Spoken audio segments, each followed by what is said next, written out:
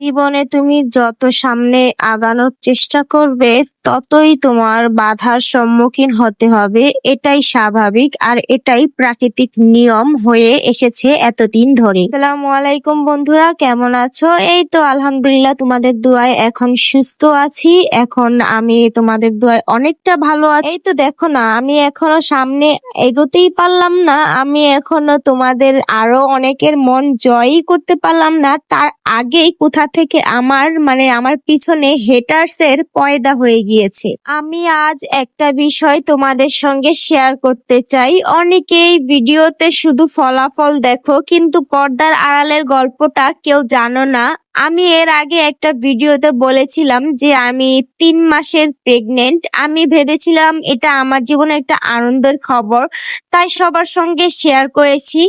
কিন্তু সেই ভিডিও নিয়ে আমার শ্বশুর বাড়িতে অনেক মানুষ অনেক কথা বলাবলি শুরু করে। আশেপাশের মানুষও নানান মন্তব্য করে, অনেকেই প্রশ্ন করে এগুলো ফেসবুকে বলার কি দরকার ছিল। সত্যি বলতে তখন আমার খুব খারাপ লেগেছিল, মনে হয়েছিল আমি কি ভুল করলাম। কিন্তু পরে বুঝলাম জীবনে নতুন কিছু করতে গেলে সবাই সেটা একইভাবে গ্রহণ করবে না। আজ আমি একটা জিনিস শিখেছি, মানুষের কথায় যদি নিজের পথ বদলে ফেলি তাহলে কোনোদিন নিজের স্বপ্ন পূরণ করতে পারবো না। অবশ্যই বড়দের সম্মান করতে হবে, পরিবারের অনুভূতির মূল্য দিতে হবে, কিন্তু শুধু মানুষের সমালোচনার ভয়ে নিজের ভালো কাজ বন্ধ করে দেওয়া ঠিক নয়। আজ যারা আমাকে নিয়ে কথা বলেছে, কাল তারা হয়তো অন্য কাউকে নিয়ে কথা বলবে। তাই আমি সিদ্ধান্ত নিয়েছি নেতিবাচক কথার চেয়ে নিজের লক্ষ্যকে বেশি গুরুত্ব দিব। আমি কাউকে দোষ দিচ্ছি না, প্রত্যেক মানুষের চিন্তা ভাবনা আলাদা। হয়তো তারা তাদের দৃষ্টিকোণ থেকে ঠিকই ভেবেছে, কিন্তু আমার শেখার সুযোগ হয়েছে সোশ্যাল মিডিয়ায় কি শেয়ার করব, কিভাবে করব সেটা আরো বুঝে করতে হবে। আপনারাও যদি জীবনে কোনো স্বপ্ন নিয়ে এগিয়ে যেতে চান তাহলে মনে রাখবেন সমালোচনা আসবে।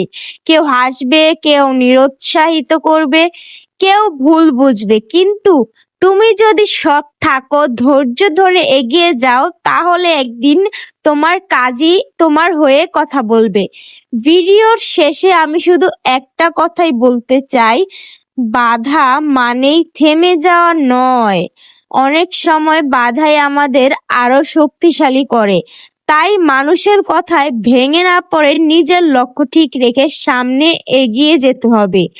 একদিন দেখবো আজ যারা সমালোচনা করছে তারাই আমার হয়ে সফলতার গল্প শুনবে। ভিডিওটি যদি তোমাদের ভালো লাগে তাহলে অবশ্যই লাইক, কমেন্ট ও শেয়ার করে দিবে। আর এমন বাস্তব জীবনের গল্প শুনতে চাইলে অবশ্যই আমাকে ফলো করবে। সবাই ভালো থাকবে। আল্লাহ হাফেজ।